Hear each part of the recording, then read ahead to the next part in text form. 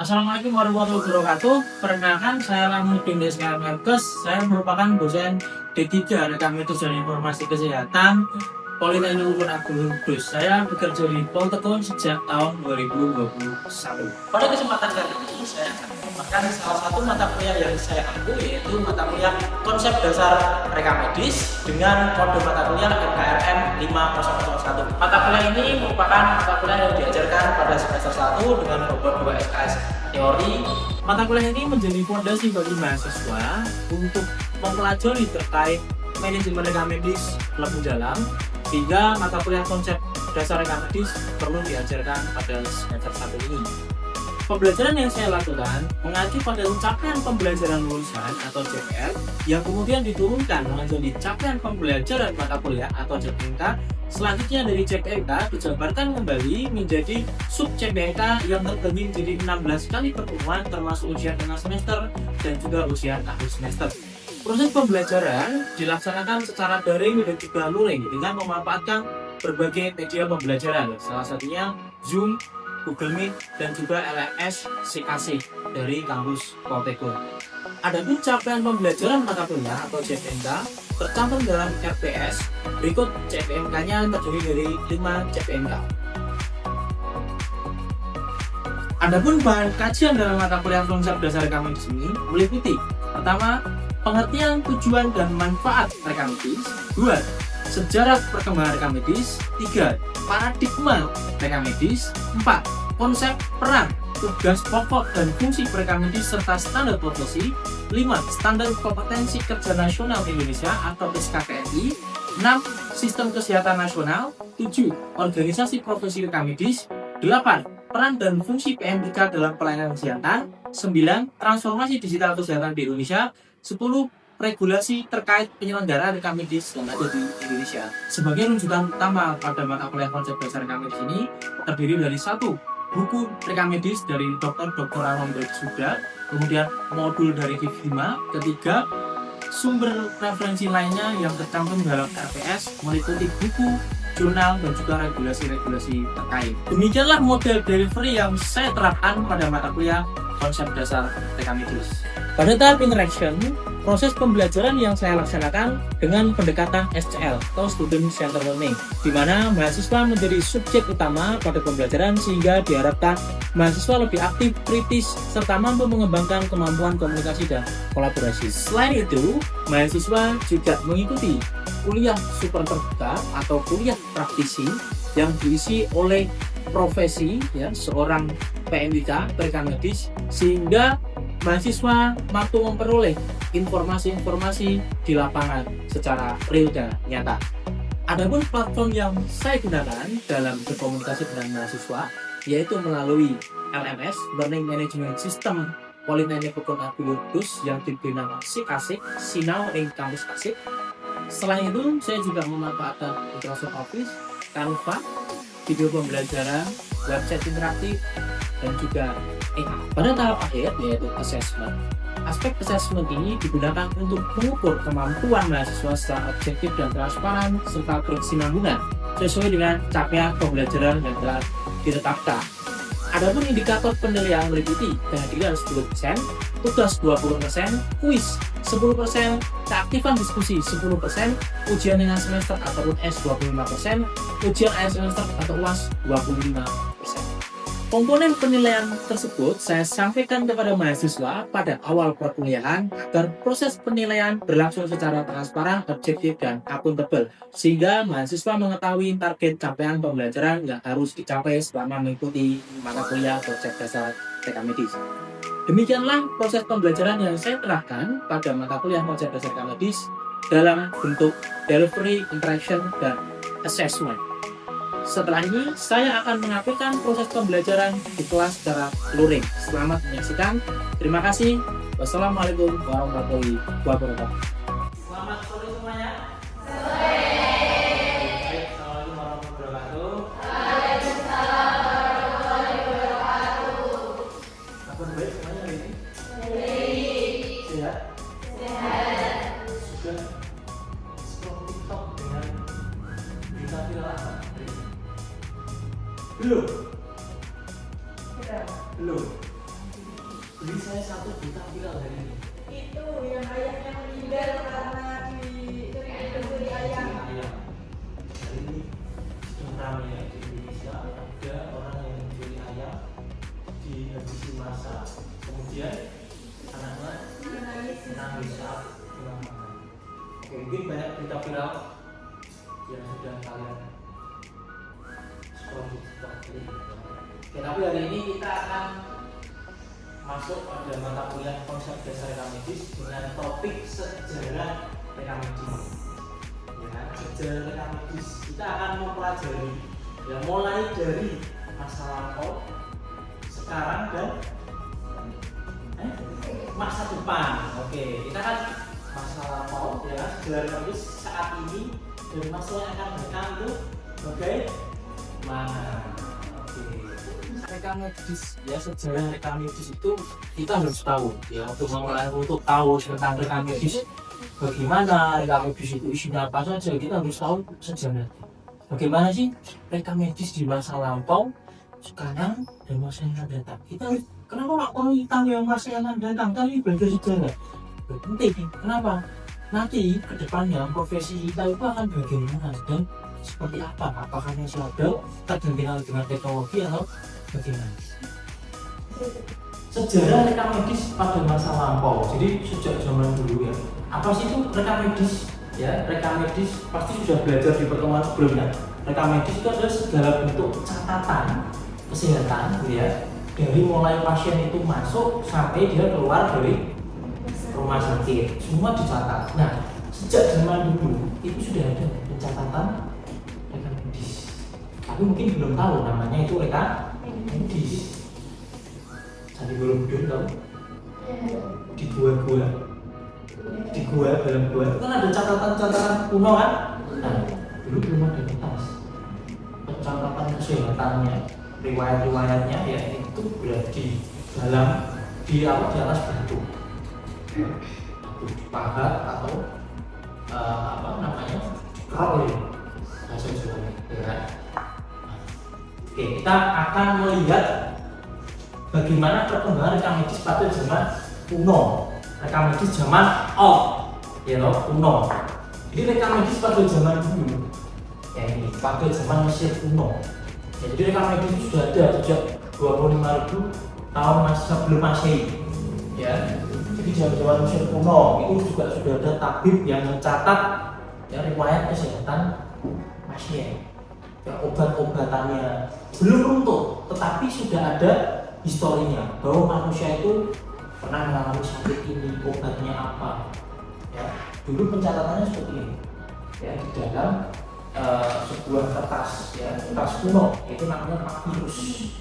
Ya, dengan huruf hieroglif. Jadi waktu zaman primitif. Dan zaman primitif dulu ketika ada orang sakit gitu ya. Jadi ilmu rekam medis itu selalu beriringan berbarengan dengan ilmu kedokteran. Ya, karena satu selalu di mana ada ilmu kedokteran pasti ada rekam medis. Karena semua tindakan yang dilakukan oleh dokter harus dicatat dalam medis. Dulu kalau di zaman dulu ya, zaman primitif ada orang sakit itu enggak periksa, belum ada. Dulu tabib, dukun. Primitifnya lagi, dukun, tabib itu sudah mulai masuk zaman-zaman prasejarah. Sebelumnya itu kalau ada orang yang pusing sakit kepala, digolongi silakan, dilubangi agar apa? Aura hawa jahatnya keluar. Begitu benar, bukan wah lucu nih, enggak. Zaman dulu seperti itu. Ya, dilubangi pengeluaran palingnya biar keluar roh-roh aura jahatnya. Sekarang jangan, terima jangan ya, jangan ya. Sudah enggak zamannya lagi. Kemudian pada zaman kejayaan Islam gitu ya, pada zaman kejayaan Islam itu kawan tokohnya Ibnu Sina, pernah dengar? Ya kan? Nah, itu salah satu tokoh ya, atau banyak beliau menulis buku tentang kedokteran, yaitu tentang pengobatan klinis. Itu waktu zaman kejayaan. Ya, jadi zaman itu juga sudah ditulis tentang riwayat catatan kesehatan pasien, yaitu zaman tahun 1156 Masehi di rumah sakit Al-Nuri di Damaskus. Mungkin bagaimana Pak perkembangannya di Indonesia, gitu ya? Di Indonesia, di Nusantara ini ditemukan di mana? Di Bali dengan bahasa Kawi dan Sanskerta. Bahasa Kawi ya, dengan bahasa Sanskerta itu ditemukan terdapat sekitar 250 manuskrip pada daun lontar. Tulisnya di daun lontar. Ya. Daun lontar seperti apa nanti di next slide ada. Ya. Bukan catatan kesehatan pasien, tapi lebih kepada resep jamu, ya, obat-obat tradisional. Nah, zaman dulu itu sudah dinamakan catatan kesehatan, ya kan? Kemudian kita pernah melihat relief candi, ya, itu kan bentuk catatan meskipun tidak seperti yang kita bayangkan. Catatannya berarti diagnosisnya apa? Belum sampai sejauh itu. Hanya mendokumentasikan, misalnya pernah menemukan obat apa, ya, tumbuhan apa dipakai untuk mengobati apa, itu dicatat. Nah, itu sejarahnya seperti itu. Itu di Nusantara, di Indonesia. Kemudian mulai masuk zaman penjajahan, ya, di Indonesia pertama kali itu ya menjelang kemerdekaan Republik Indonesia, yaitu reka medis mulai agak modern, mulai masuk kertas dan awal dilakukannya pencatatan reka medis, ya, itu di rumah sakit, ya, di mana saat itu merawat, ya, pejuang-pejuang dan juga para penjajah. Mulai ada catatan medis di situ. Itu pertama kali di Indonesia, ya. Itu mulai ditulis manual, belum elektronik, dengan kertas. Dengan kertas pun belum terstruktur dengan rapi, ya kan? Masih, ya, pokoknya setiap ada pelayanan dicatat. Dokter habis makan apa dicatat. Itu pada di zaman penjajahan. Nah, tadi yang saya sudah sampaikan, ya, ada yang namanya tokoh reka medis, ya, namanya Edna Hoffman. Ya, dia masuk di tahun 80-an. Edna Hoffman, cewek reka medis yang bersih ini kalau dihapus semua hampir semua rujukan reka medis pakainya Edna Hoffman. Awal-awal.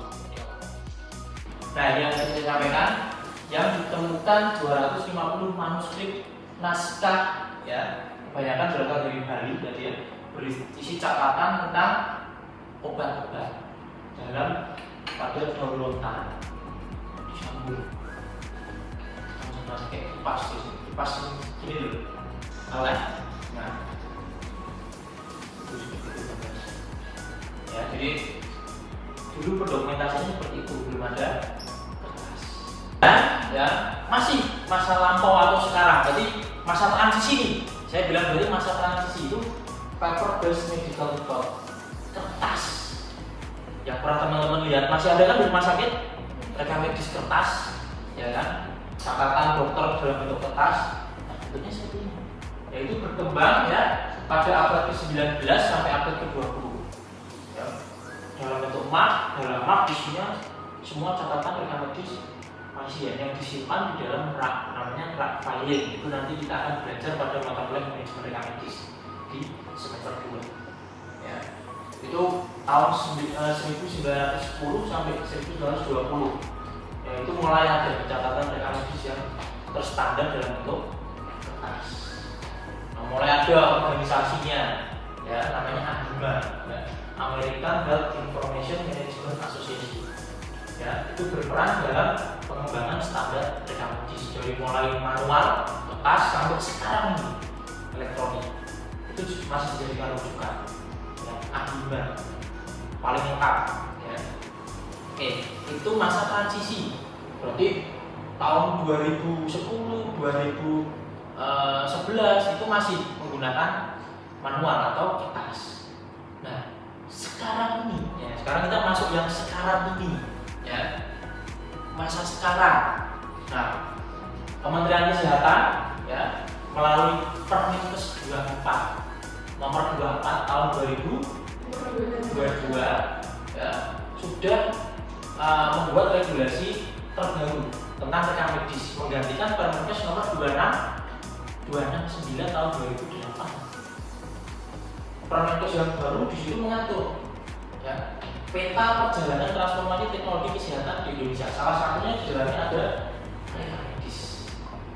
Mulai dari kertas pindah ke rekam medis elektronik, dari kertas dipindah ke digitalisasi ke komputer. Tidak hanya dipindah aja, tapi saling terintegrasi, saling terkoneksi dan terhubung. Jadi sekarang kalau memeriksa di rumah sakit A, rumah sakit B, rumah sakit C, data rekam medisnya sudah terhubung, tersinkron. Tidak usah repot dulu kalau kertas, repot. Ya, bisa melakukan pemeriksaan ulang, data penunjangnya tidak ada. Itu rekam medis sekarang ini. Ya, sekarang ini menggunakan rekam medis elektronik. Ya, peta transformasinya sudah diatur dalam Permenkes. Ya, nah, targetnya dalam tahun 2024 ini sudah 2026 ya. Dalam peta jalannya transformasi teknologi kesehatan di Indonesia 2024 itu sudah mencakup ya dengan sistem big data. Artinya data rekam medis ini sangat memang penting. Ya, data fundamental dasar catatan pelayanan kesehatan. Nah, dalam Permenkes tadi rekam medis sekarang ini ya, itu semua diwajibkan ya, per ya 2023 akhir Desember itu seluruh fasilitas pelayanan kesehatan harus menerapkan rekam medis dengan minimal ya, yaitu pada bagian pendaftaran dan diagnosa. Pendaftaran pasien ya, boleh rawat jalan dulu, rawat inap mungkin biasanya belakangan karena banyak rawat jalan dan diagnosis. Sudah sejak tahun 2023, sekarang sudah 2026, sudah banyak sekarang levelnya. Rawat inap sudah ada yang mulai full RMP. Ya. Semakin jelas kan perkembangannya. Masa lampau zaman batu ya, pakai tulis di daun batu, kemudian mulai kertas ya, kertas berarti masa transisi ya, masa transisi sekarang ini, lalu kemudian sekarang elektronik. Semua sudah diatur ya, di Indonesia. Nah, kemudian dalam rekam medis elektronik tadi ya,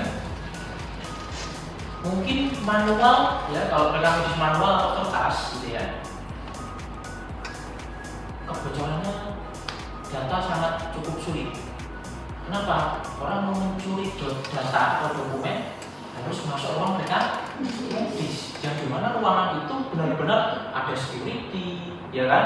Ada fingernya yang masuk dikunci dan sebagainya. Agak sulit. Kelemahannya rekam medis elektronik adalah data itu mudah bocor. Dengan catatan keamanannya tidak baik. Makanya rekam medis elektronik itu satu ya, selain pencatatannya real time, oke bukan real time. Kalau tangan kertas kan mungkin ditunda nanti gitu kan. Nah kalau real rekam medis elektronik real time, kapan pun dicatat sebelum terintegrasi. Tapi dengan catatan keamanan dan privasinya harus terjaga. Karena apa? Mudah terjadinya kebocoran data. Itu perkembangan saat ini ya tentang rekam medis elektronik. Nah, masa yang akan datang gimana Pak? Masa depan. Nah, ini sudah mulai nih. Masa depan dengan AI. Khawatir nggak dengan adanya AI? Dengan profesi rekam medis? Khawatir nggak? Tidak perlu khawatir. Karena kita harus berdampingan dengan teknologi. Teknologi tidak akan menggantikan rekam medis, tapi mendampingi rekam medis. Banyak sekali AI yang sudah digunakan dalam rekam medis. Ya, mulai ada percobaan, ya mulai ada uji coba. Misalnya coding, ya coding dengan pakai AI mudah mengcoding. Hasil penelitian kakak tingkat kalian yang bimbingan saya itu pemanfaatan AI menggunakan ChatGPT untuk kodifikasi klinis pada klinik ortopedi. Akuratnya berapa persen Pak? 98%. Akurat. Dengan catatan bukan menggantikan kita, tapi mereka medis nanti tugasnya memvalidasi. Lebih mudah, lebih cepat kerjanya. Hanya memvalidasi benar atau tidak. Artinya sebagai pemvalidasi, validator ya harus memiliki kemampuan dasar yang baik, karena harus memvalidasi keterampilan melakukan pembacaan coding ya menggunakan ICD itu harus baik. Makanya tidak perlu khawatir. Nah, tadi yang saya sampaikan banyak mulai penggunaan AI ya, di masa yang akan datang. Jadi yang perlu dipersiapkan ya sekarang ini ya dalam perkembangannya adalah bagaimana kita melatih AI berkomunikasi dengan AI sehingga bisa membantu kita dalam melaksanakan pekerjaan kita di bidang medis. Jadi kita harus mulai berpikir masa depan nanti akan ada apa ya? Jadi sejarah rekam medis itu tidak hanya belajar di masa lalunya, tapi kita mulai melakukan pembacaan bagaimana kondisi di masa depan agar kita tidak tertinggal. Kita sudah tahu nih sejarahnya gimana, ya kan? Jangan sampai kita tertinggal. Artinya apa? Oh, ke depan ya kompetensi kemampuan yang harus saya pelajari itu apa? Apalagi selain pembacaan kode, berarti saya harus belajar berkomunikasi dengan AI. Misalnya Pak, protein, ya kan? Penting itu. Nah ini contoh, ya. Nih contoh sudah muncul nih.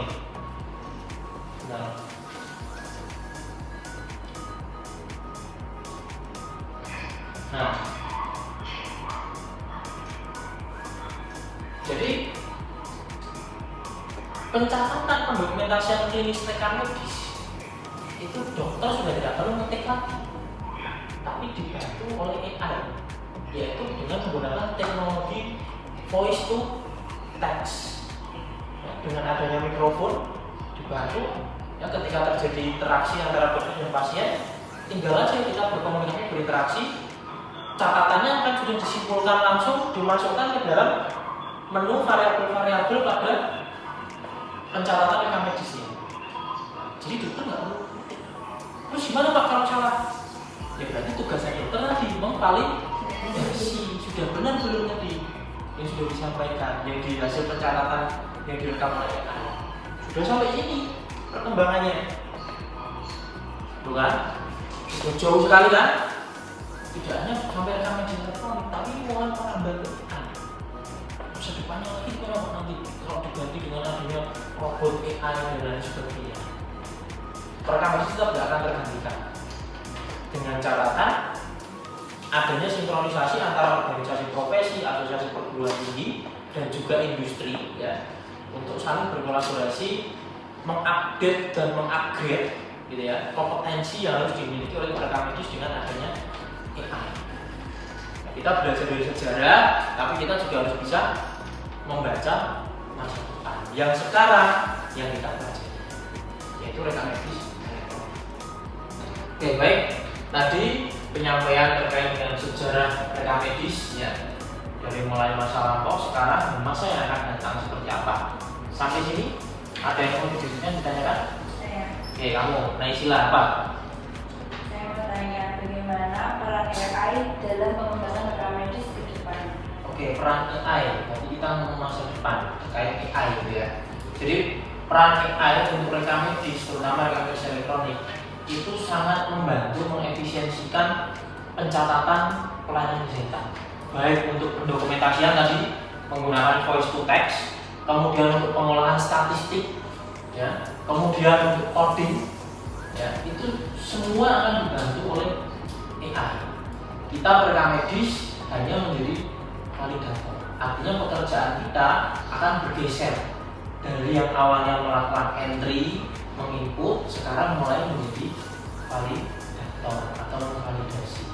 Jadi jangan khawatir, ya, akan adanya AI akan menggeser kita, ya. Kemudian banyak sekali ya tadi untuk diagnosis, tadi sudah saya sampaikan untuk voice to text, untuk statistik, ya, untuk statistik pada pelayanan rumah sakit, bisa memprediksi juga dari data rekam medis yang ada di rumah sakit itu.